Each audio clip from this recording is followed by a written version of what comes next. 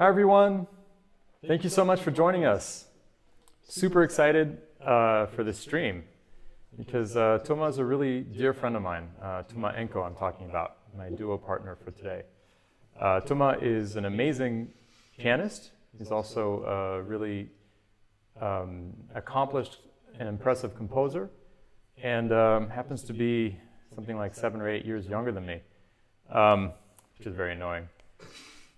Anyway, without further ado, please let me introduce Tomas Enhco. Hi, Toma. Hi, Dan. How are you? Good. How are you? Good. So, where are you located right now? I'm in Paris at home. Very close to you, actually. Maybe 500 meters at most. Yeah, maybe. Yeah. Bastille area. Yeah. Yeah. Yeah. Not even a kilometer. No. Ooh. Apparently, we have a. Do we have an echo problem, my friends? Echo. Let me know if you're not hearing an echo, because sometimes people hear an echo and it's because they have several windows open at once. Oh. Or maybe it's in their head. That could be. How does it sound to the other ones of you out there? Hi, everyone.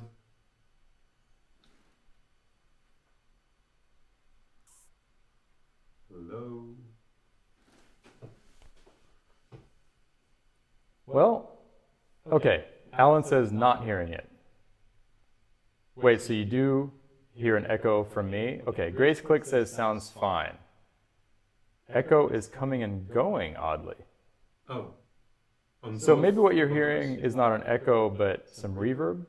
Could that be? Okay, Ronald Rosenthal says no echo here. So I think what you're hearing is just, I happen to be in a space that has some reverb. It's actually a space where there are concerts normally when it's not COVID era. So I think everything's okay technically, and we're gonna jump right in and play some music. How does that sound? Sounds good to me. Okay, here we go, guys.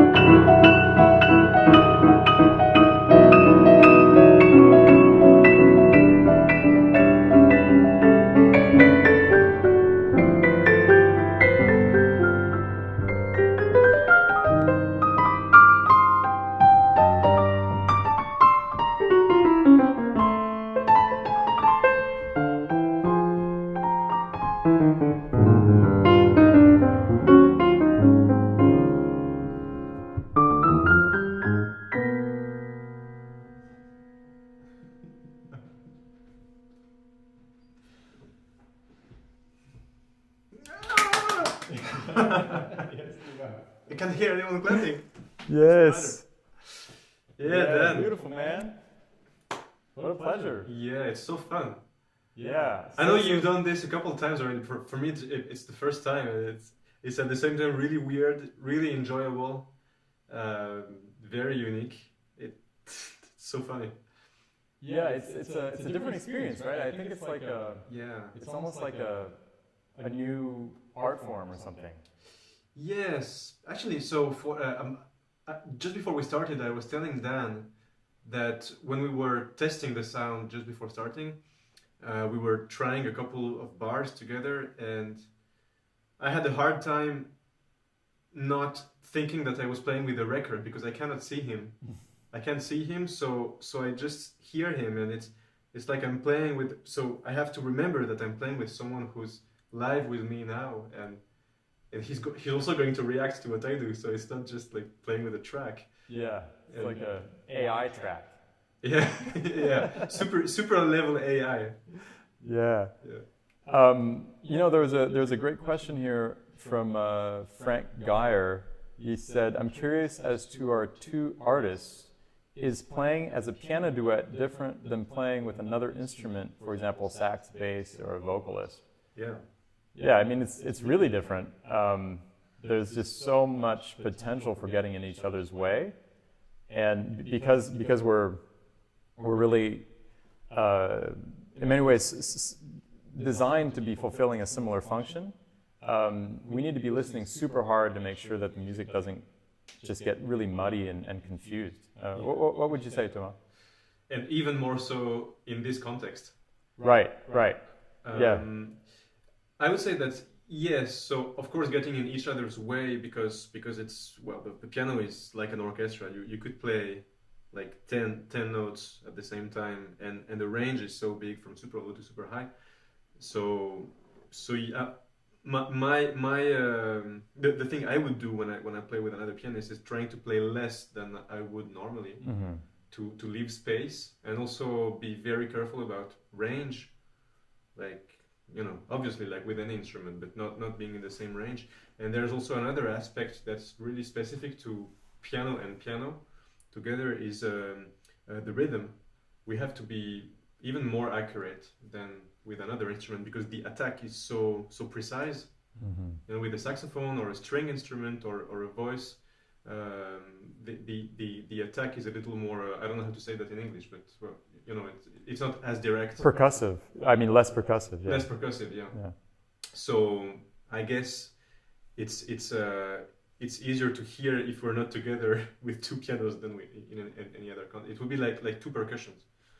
Yeah, it's definitely a high wire act, and the fact that we're doing it over a jack trip. So for those of you who are joining, you know, who haven't listened to my previous streams here over jack trip, we're actually in two separate locations in Paris, and we're playing together over the internet.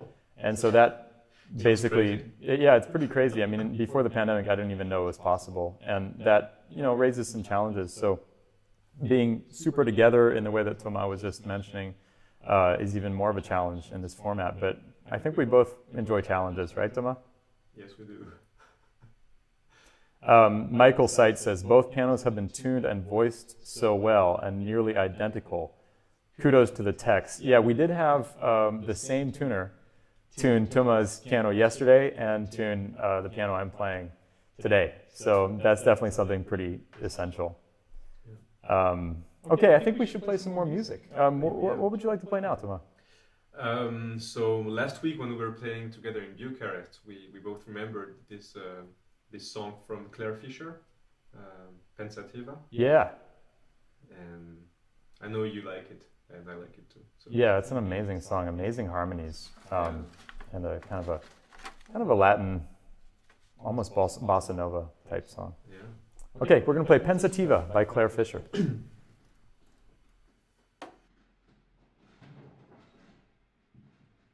It was Solar by Miles Davis in all 12 keys. Yeah, the previous tune played Solar by Miles Davis in all 12 keys. Kind of an exercise, good warm-up.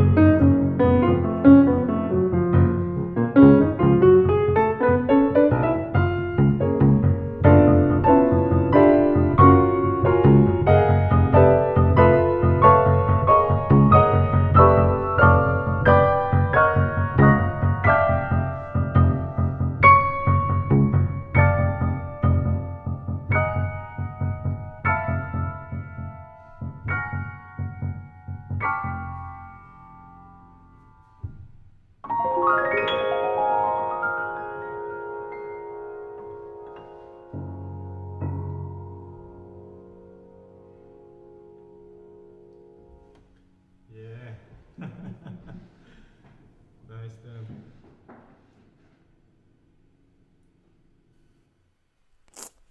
Yeah, Thomas, beautiful, man. That was fun. Yeah, super fun. I love that tune, and it's kind of nice to get a second chance to play that because we've only ever played that once together. True, yeah. I just remember this beautiful voice arrangement of it that you made. And then you should share it with the world. Yeah, so Thomas is referring to, let's see, that was a little more than a year ago. Yeah. Early June of last year, Thomas and I actually climbed Mont Blanc, the highest mountain in Europe. We didn't quite get to the top because there were like gale force winds at the top. What was it, like 120 kilometer per hour winds up there? Yeah. It was rough. But we got really close, Yeah. and on the way back, that's when I played this version of this song that we just played, Pensativa, for Thomas in the car. There's an amazing version that Claire Fisher recorded where he wrote an arrangement for a string orchestra, and it's pretty mind-blowing. And anyway, for some reason, after I got back to Paris, I recorded myself singing like a 4-part arrangement of it. Even more than that, no? It might have been 8 parts. Yeah, I think yeah. so. It was a lot of singing from somebody who doesn't sing that well. Mary Leah Reese says, despite the fact that you can't both see each other, the mutual inspiration comes across vividly. Nice. Thank you. That ending, yeah, thanks, Mary Leah. Yeah, I mean, that's one of the things that I've discovered doing this Jacktip thing is that it really deepens your listening, actually, because there's no other, there's nothing else to latch onto, so. Yeah, it's true. Like when we really play together, like in concert, we have so much complicity with just eye contact, smiling. Even sometimes just looking at each other helps, like find the proper, I don't know, tempo, vibe, ending, way to shift to some other place. But now we just have the ears. Yeah, it's just sound. It's like being blind. Reinforces, Yeah. makes the sound even more powerful. But it's nice because I can hear you laugh sometimes, or just like sing along something, and it makes it more like the real thing, Mm-hmm. more human. Yeah. Man, let's play a tune of yours. Sure. So there's this blues that I wrote. Actually, I didn't really write it. I wrote it after my dog. My mom's dog, Gaston, jumped on the keyboard once when I was practicing at her house in the country. She has 8 dogs, so that's the smallest one. And he used to love like just going on the bench and then going on the keyboard while I was practicing, which was cute and annoying. Mm-hmm. But once he before falling, he made something kind of funny with the rhythm and the repetitive motif. So I just wrote it, and then I wrote a blues out of it. So the dog's name is Gaston, so the tune's name is Gaston. Beautiful, man. Hey, I think I will play the beginning of the melody here. Sure. I think Gaston will not mind. You think Gaston will be okay with that? I'm sure he will. Okay, this is Gaston by Thomas Enhco.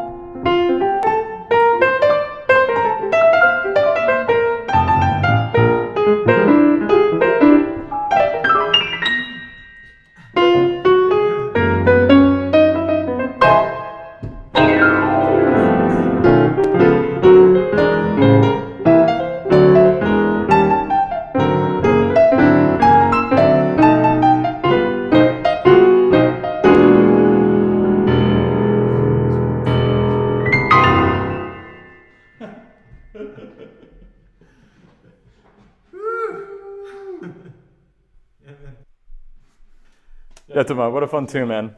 Yeah. Thank you. So much fun. Woo! Carol McGoffin says, just mind-bogglingly fabulous. Wow. Oh, wow. Thank you. I had trouble reading that. I was like, what is she going to say? Thank you.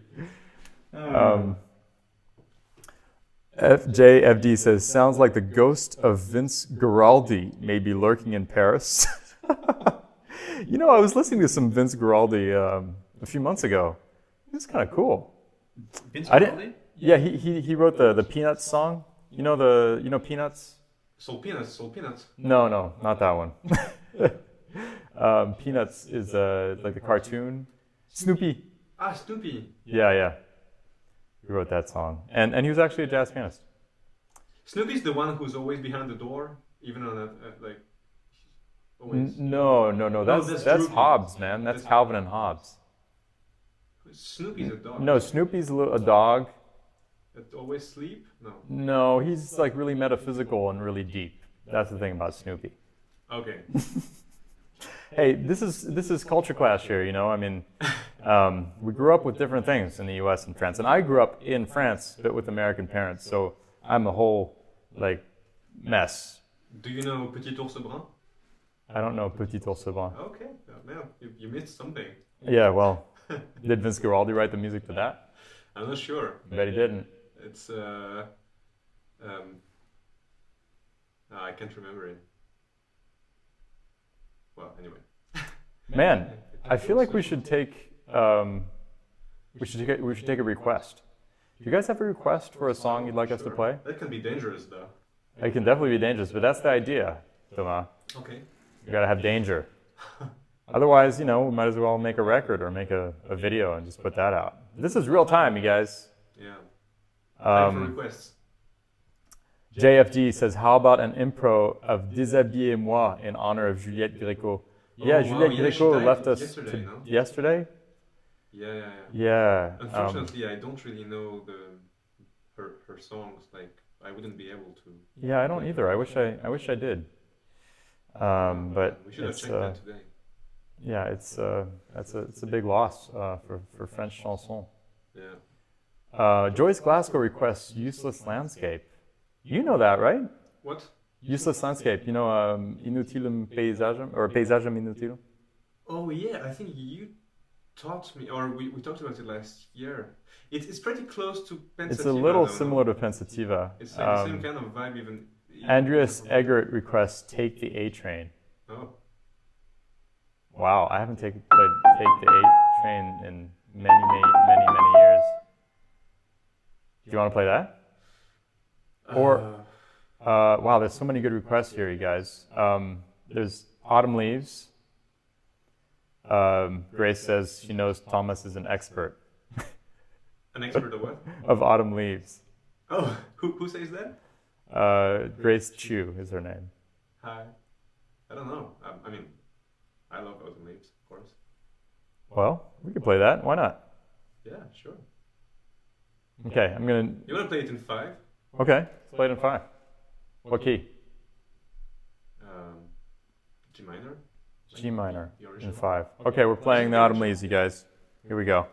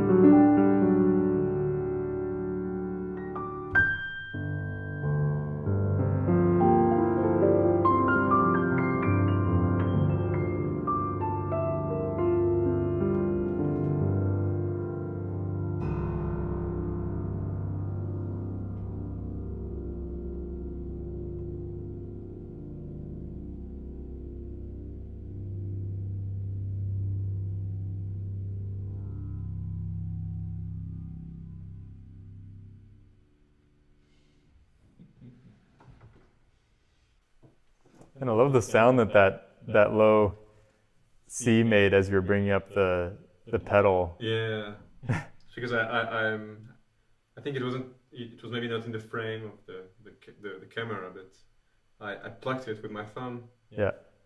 And as a very big and thick string, it vibrates. Mm-hmm. Yeah, it's vibrating like more really, than it would normally, right? Yeah. So Yeah. then when you release I mean, I know I'm explaining for people.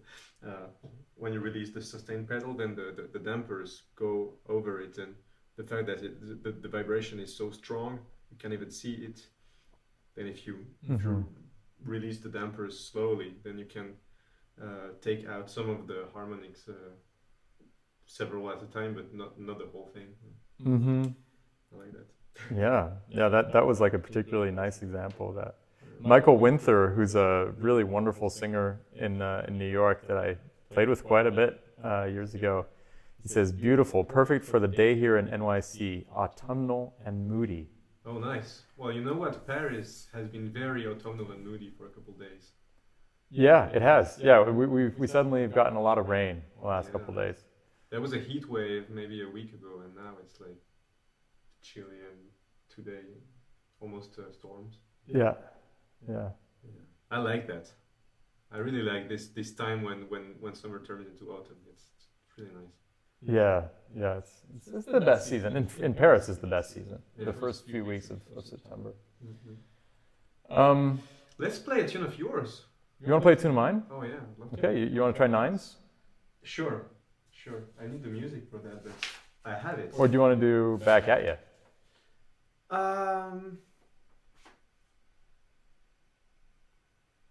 I feel like Back At Ya might be nice. Staying in a kind of a lighter mood. Sure. A little bit. Sure. Do you want to ask people or? You know, I feel like the people who know my songs, they've probably been watching my live streams on Mondays and they've heard nines a fair amount, but they haven't heard Back At Ya. Oh yeah, probably you in told a me that long you played it with time. Ben. Yeah, I played nines my live stream with Ben. I also have Back At Ya. Cool, let's play that.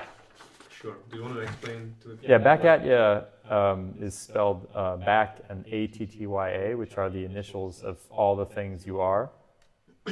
And it's an inversion of all the things you are, using a technique that's actually very ancient, but that was explained to me by Steve Coleman, who's a great saxophonist and conceptualist and composer in New York, called negative harmony. And so this is a negative harmony version of all the things you are. And you'll see that the harmony and the melody work really beautifully upside down.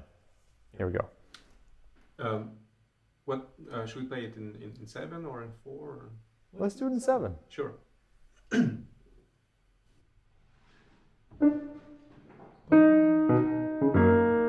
Yeah, right. I always want to start it at 9.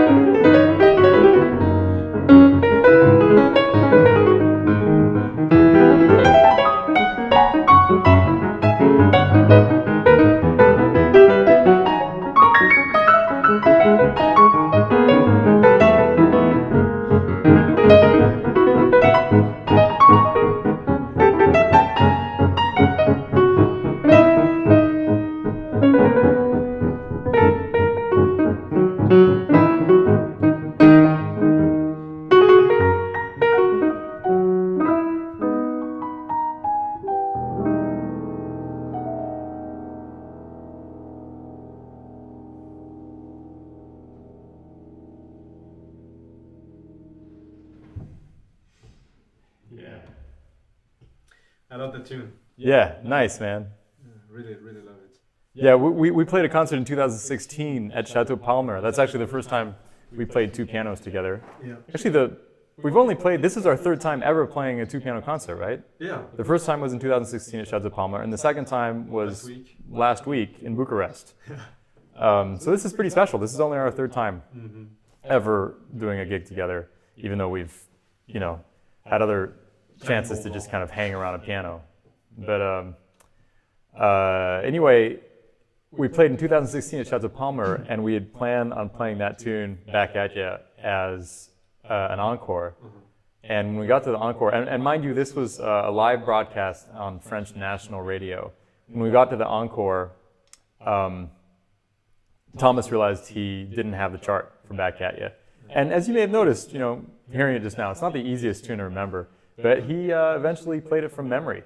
I think you actually ran to your dressing room to try to find it. Yes. and couldn't find it. And you know what? Eventually, after the concert was finished, I realized that it was in the back of the set list. So man. I had written the set list at the back of the chart. Yeah. So I had it right there, but I just didn't remember that it was on the other side. That's right. So I was playing like the world's longest intro while you were going to the dressing room to try to find your chart. Then you came back and ended up playing it from memory.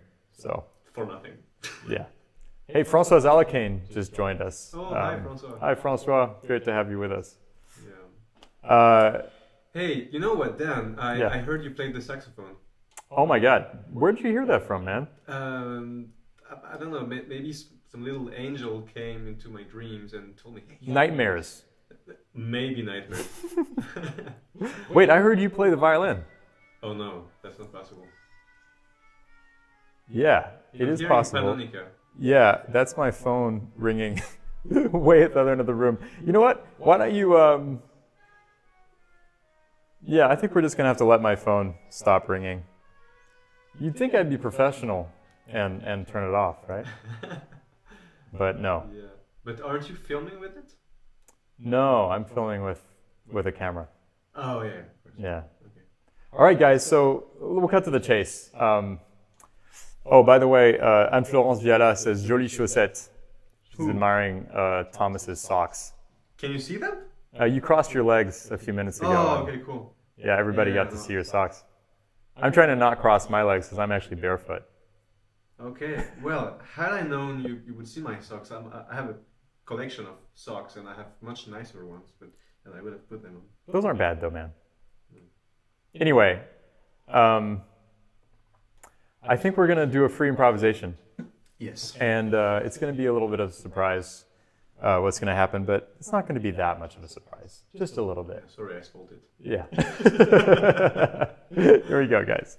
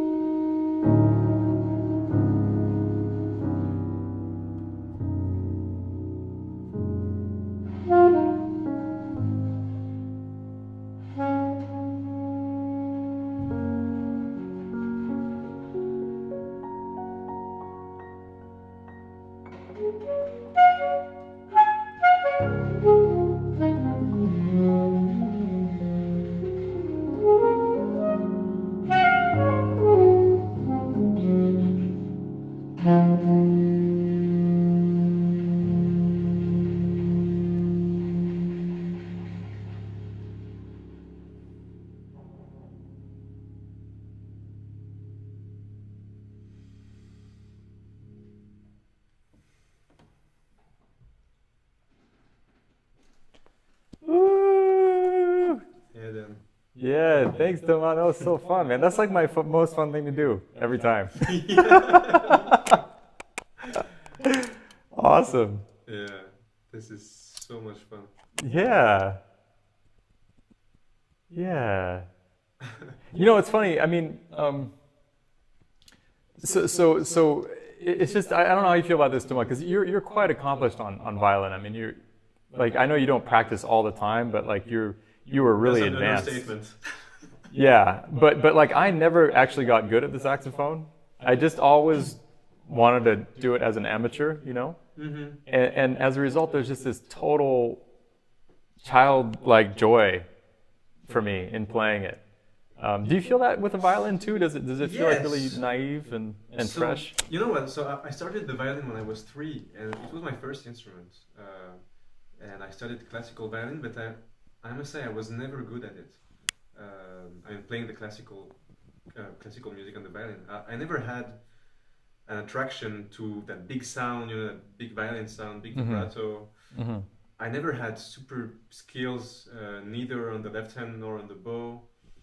But I always loved to play ballads, to improve, even in jazz. So there was a time when I was 14, 15 years old so my stepfather was Didier Lockwood, and well, he's very famous in France and Europe. I don't know about the States, but I think he was pretty well known in the States, DJ Lockwood. yeah, he was like an amazing jazz violinist, and he had such incredible skills on the instrument, and he was playing the violin like if it was a saxophone or a guitar, you know, and it's such a weird ergonomical. Is that a correct word? Like ergonomically, it's weird. Yes, it's very weird to improvise in jazz. It's much easier to, I mean, not easier, but more ergonomically, I don't know, natural to play it on things with open strings, you know, maybe in Celtic music or Balkan music, or some things that are more modal but less, with less changes. Yeah. And I can really feel the difference of ergonomy between these two instruments.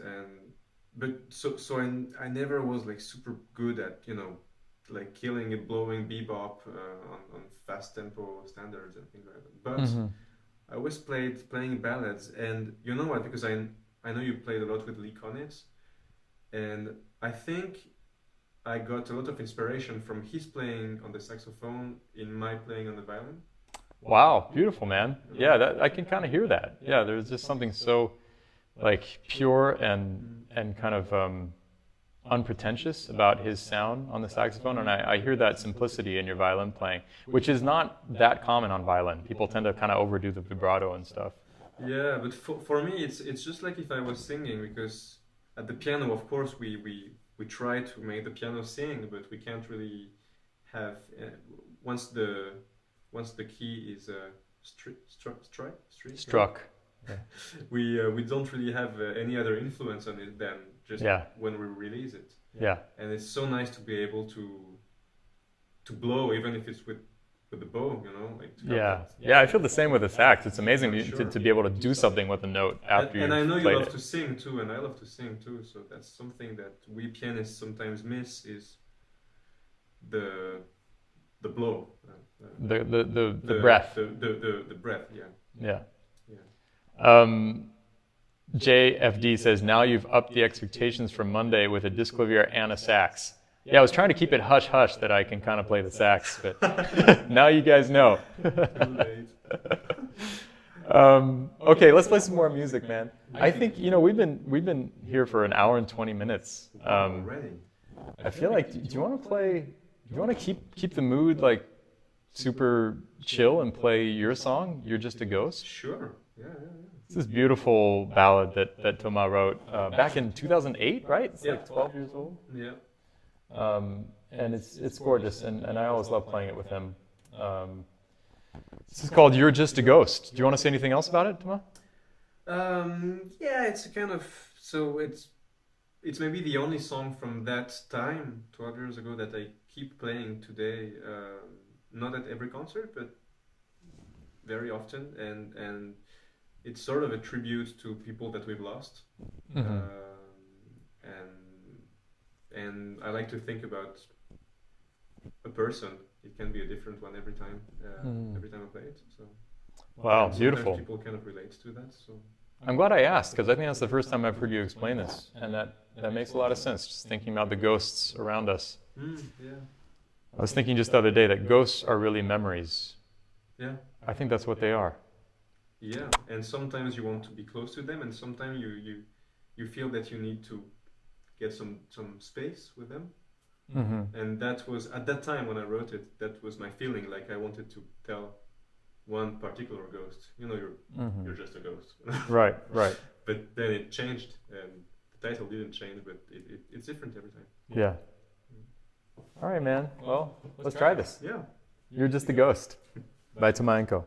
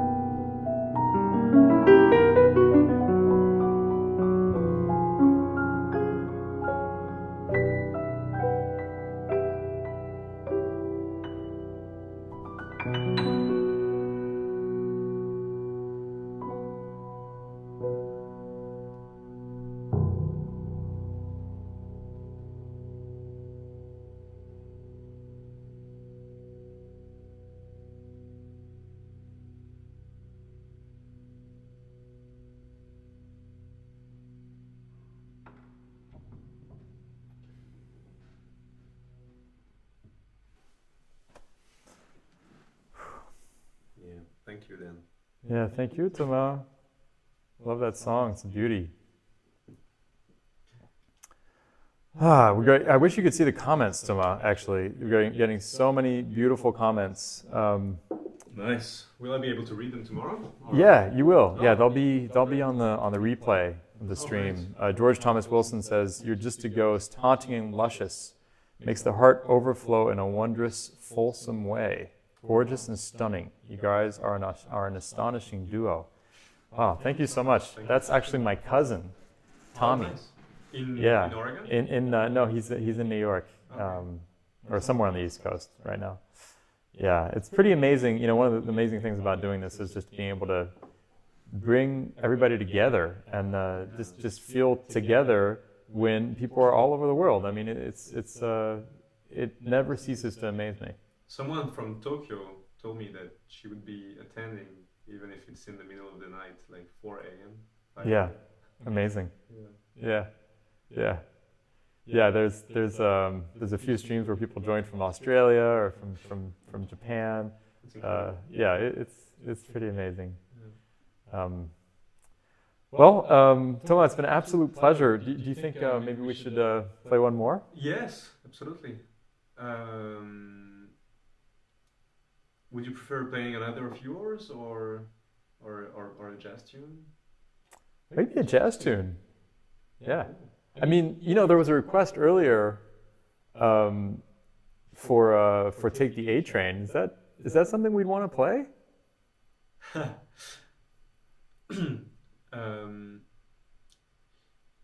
I don't remember if the form, the structure of the tune is special or. I think it's just AABA. So it's in C major, right? Yeah. Yeah. Yeah, and that twice. And then Oh yeah. That's it. I think that's it. Okay. Yeah. You just attended a jazz rehearsal. Yeah, that's the way we learn tunes. And how does it end? Well, we'll see, I guess. I mean, you know, yeah. There's an intro, no? Yeah. Something like, okay. Yeah, well, you can play the intro. Yeah. I think that's it. That's just it, right? And then it goes straight in. Okay, that's fun. Oh, wow, there's some great requests coming in. Burov Pamina asks for us to play Skylark. I always love playing Skylark. Oh, wow. But let's play Take the A Train. I don't know, that's just sure. like such a random tune. And I didn't play since I was maybe 8 or something. Yeah, I also haven't played it in a while. Although I think somebody requested it on one of my live streams. You know what? I think it's one of the tunes that made me love jazz. Yeah. Because I used to listen to, I think the original version, the Duke Ellington version when I was like 6 or 7. Yeah, I mean, it doesn't get old. It was his theme song, right? I think he did it at every one of his concerts at some point, basically. Wow. Okay. All right, guys. Well, here's Take the A Train.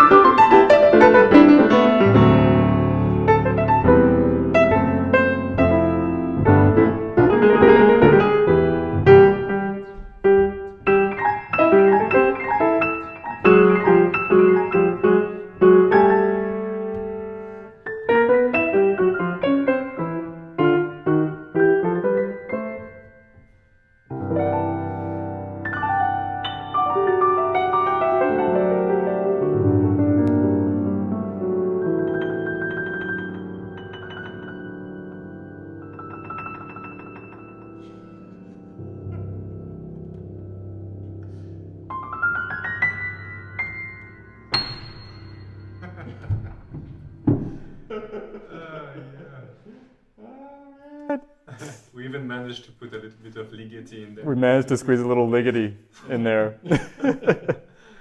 On our duo concert in Bucharest, we played Ligeti's fanfares as a duo, and Thomas squeezed a little bit of that in there. That was pretty appropriate, actually. Yeah, like C and 4/4. Yeah, and sounds like a train. Yeah, totally. Yeah. So much fun. George Thomas Wilson says, "Believe it or not, we enjoyed that as much as y'all did." Oh, Glad to hear. Glad so to hear. That must be a lot then. Jan Zamowski says, "A rollicking ride for sure, a fantastic show." And Jane Wattenberg, who's a dear friend out in San Francisco, says, "My computer is jumping, bumping, and thumping." Oh, so nice. Thank you. I feel like commenting is its own art form. Some of you are so poetic and full of imagery. It's amazing. Can you imagine if this sort of things happened in real concerts? Like people would throw little papers with comments on them. Yeah, that'd be amazing. I mean, it's like even more of an exchange than if people are just clapping, you know? Yeah. That's one of the things that we get from this that we can't get from actual concerts. Yeah. Well, guys, this has been an absolute joy. Yeah. It's 11 p.m. We've been here for almost 2 hours. It's amazing. I can never get over how fast time flies when we do this. I hope my neighbors won't be mad at me tomorrow. Yeah, man. I mean, I told them. Oh, you did tell them. Yeah. Well, I didn't tell ours, so I hope they're not mad at me.